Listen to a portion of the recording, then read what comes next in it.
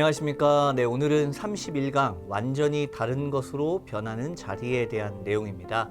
구약의 제사부터 신약에 나오는 초대교회에 이르기까지 모임은 언제나 먹는 것과 연결되어 있었습니다. 이것은 예수님도 예외가 아니었는데요.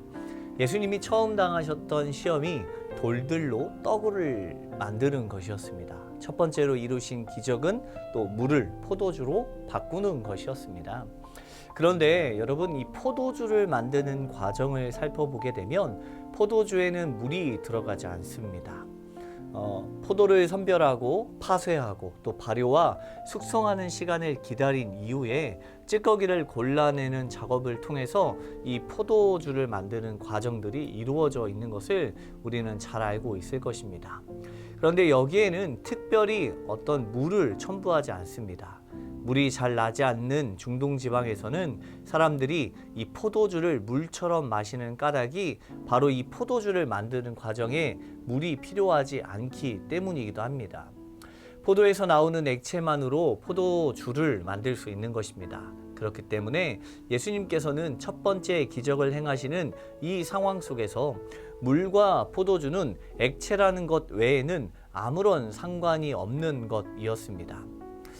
여기에서 또 놀라운 것은 그 양에 있습니다. 예수님이 물을 채우려 하셨을 때 이 돌 항아리가 6개인데요. 한 항아리가 약 38리터 정도라고 이야기를 합니다.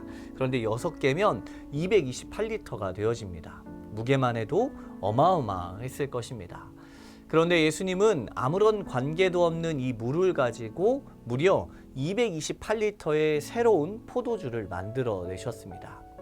이 이야기가 우리에게 주시는 메시지는 분명합니다. 예수님은 우리를 완전히 다른 것으로 변화시키려 하고 있다는 것입니다. 이 변화는 내 삶의 일부 혹은 어느 한 부분이 아니라 엄청난 분량이 되어진다라는 사실을 우리가 기억해야 합니다.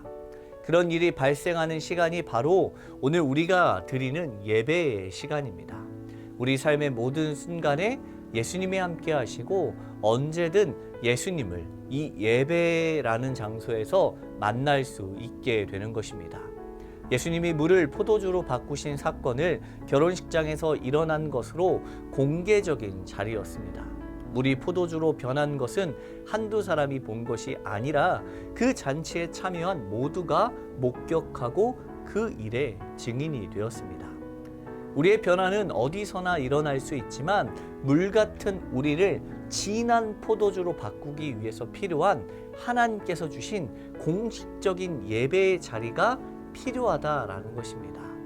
공동체가 함께 모여 예배하는 가운데 성도는 변화를 경험하게 됩니다.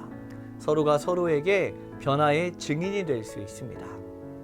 오늘 찬양팀, 우리 팀원들 모든 분들의 삶 가운데 이와 같은 변화가 일어나길 원합니다. 예배 가운데 내 삶의 어느 한 구석의 어떤 한 면의 변화가 아니라 삶 전체의 변화를 경험할 수 있기를 바랍니다. 그리고 서로의 변화를 응원하고 증언하며 살아낼 수 있는 우리 모든 찬양 팀원들이 되기를 축복합니다.